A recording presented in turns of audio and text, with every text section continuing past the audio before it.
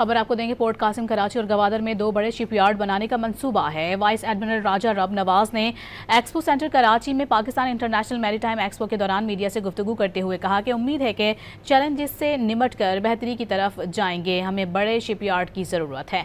मजीद जानेंगे don news के नुमाइंदे सैयद वसीम से। वसीम, उनका मजीद क्या कहना था?